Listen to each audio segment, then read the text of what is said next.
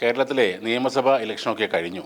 അടുത്ത 4-ാം തീയതി അതിൻ്റെ റിസൾട്ടും പുറത്തു വരും. പതിവുപോലെ ഇത്തവണയും കേരളത്തിൽ പ്രത്യേകിച്ച് ഒരു നേട്ടവും ഉണ്ടാക്കാൻ കഴിയില്ലെന്ന് ഉറപ്പുള്ള ഒരു പാർട്ടിയാണ് BJP. ഏറിയ 2-3 സീറ്റുകളാണ് അവർ സ്വപ്നത്തിൽ പോലും കാണുന്നത്. ഇപ്പോൾ വ്യത്യസ്തമായ ഒരു പരിപാടിയുമായി ഇറങ്ങിയിരിക്കുകയാണ് കേരള BJP നേതാക്കൾ. കേരളത്തിലെ അറബിക് റെസ്റ്റോറൻറ്റുകളുടെ സാമ്പത്തിക സ്രോതസ്സുകളെക്കുറിച്ച് ദേശീയ അന്വേഷണ ഏജൻസിയായ NIA അന്വേഷണം നടത്തണമെന്ന് ആവശ്യപ്പെടുകയാണ് BJP തൃശൂർ ജില്ലാ ഇന്റലക്ച്വൽ സെൽ കൺവീനർ പ്രസീദ് ദാസാണ് ഇത് സംബന്ധിച്ച് NIA ഡയറക്ടർക്ക് ഒരു പരാതി നൽകിയത്. അറബിക് റെസ്റ്റോറൻറ്റുകളുടെ സാമ്പത്തിക സ്രോതസ്സും രാജ്യവിരുദ്ധ ബന്ധവും അന്വേഷിക്കണമെന്നാണ് ആവശ്യം. ഇന്ത്യയിലെ നോട്ട് നിരോധനത്തിന് ശേഷം തുടങ്ങിയ ഹോട്ടലുകളെക്കുറിച്ചും അന്വേഷണം വേണമെന്ന് ഈ പരാതിയിൽ ആവശ്യപ്പെടുന്നുണ്ട്. ചുരുങ്ങിയ കാലയളവിനുള്ളിൽ വലിയ തോതിലുള്ള മൂലധന നിക്ഷേപം ആവശ്യമുള്ള ഇത്തരം സ്ഥാപനങ്ങൾ സംസ്ഥാനത്തുടനീളം ആരംഭിച്ചത് സംശയാസ്പദമാണെന്നും അതിൽ വിദേശ ഫണ്ടുകളുടെ പങ്ക് പരിശോധിക്കണം എന്നുമാണ് പരാതിയിലെ മറ്റൊരു ആവശ്യം. കൂടാതെ റെസ്റ്റോറൻറ്റുകൾക്ക് നിരോധിക്കപ്പെട്ട സംഘടനയായ പോപ്പുലർ ഫ്രണ്ട് ഓഫ് ഇന്ത്യയുമായി ബന്ധമുണ്ടോ എന്ന് പരിശോധിക്കണമെന്നാണ് BJPയുടെ പ്രധാനപ്പെട്ട മറ്റൊരാവശ്യം. അതിനും പുറമെ സ്ഥാപനങ്ങൾ കേന്ദ്രീകരിച്ച് ഏതെങ്കിലും വിധത്തിലുള്ള രാജ്യവിരുദ്ധ പ്രവർത്തനങ്ങൾ നടക്കുന്നുണ്ടോ എന്നത് പരിശോധിക്കണമെന്നും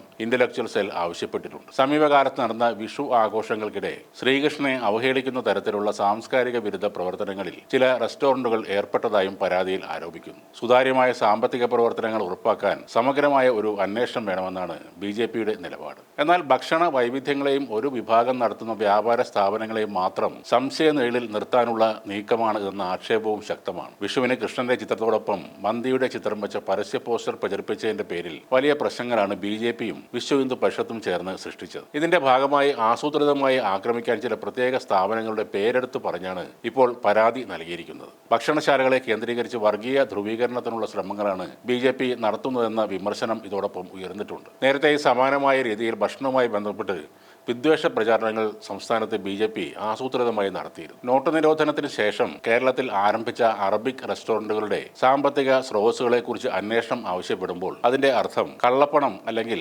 കള്ളനോട്ടുകൾ കൊണ്ടാണ് ഈ ഹോട്ടലുകൾ ആരംഭിച്ചത് എന്നാണ്. കള്ളപ്പണം കൊണ്ട് അറബിക് ഫുഡുകൾ ഉണ്ടാക്കുന്ന ഹോട്ടലുകൾ മാത്രമേ തുടങ്ങാൻ പറ്റുമോ എന്നതാണ് BJPയുടെ ഇന്റലക്ച്വൽ സെൽ വിചാരിക്കുന്നത്. ഇവിടെ നോട്ട് നിരോധനം വരുന്നതിന് അല്പം മുന്നെയായി ഗൾഫ് രാജ്യങ്ങളിൽ സാമ്പത്തിക പ്രശ്നങ്ങളുണ്ടായിരുന്നു. ഒട്ടേറെ പേർക്ക് 2015-16 കാലങ്ങളിൽ ജോലി നഷ്ടമായിട്ടുണ്ട്. സൗദി അറേബ്യ പോലുള്ള ചില ഗൾഫ് രാജ്യങ്ങൾ സ്വദേശിവൽക്കരണം കൊണ്ടുവന്നതും അന്ന് സ്ഥിതി വഷളാക്കിയിരുന്നു. അങ്ങനെ ആ പ്രവാസം അവസാനിപ്പിച്ച് നാട്ടിലെത്തിയ മലയാളികൾ തുടങ്ങിയതാണ് ഒട്ടേറെ കുഴിമന്തി ഹോട്ടലുകൾ. പലർക്കും അറിയാവുന്നതും ചെയ്യാൻ പറ്റുന്നതുമായ ഒരു തൊഴിലായിരുന്നു അത്. അവർ നല്ല ഭക്ഷണം കൊടുത്തുകൊണ്ടാണ് ആ ഹോട്ടലുകൾ വിജയിച്ചത്. അല്ലാതെ പൂട്ടിപ്പോയ ഒരുപാട് മന്തി ഹോട്ടലുകളും കേരളത്തിൽ കാണാമായിരുന്നു. അധ്വാനിച്ച് പണം ഉണ്ടാക്കിയപ്പോൾ അത് കണ്ട് സഹിക്കുന്നില്ലെങ്കിൽ അതുപോലെ ജോലിയെടുത്ത് പണം ഉണ്ടാക്കാൻ ശ്രമിക്കുക. അല്ലാതെ അവരുടെ കച്ചവടം പൂട്ടിക്കാൻ ഭരണത്തിലുള്ള സ്വാധീനം ഉപയോഗിക്കുകയല്ല വേണ്ടത്.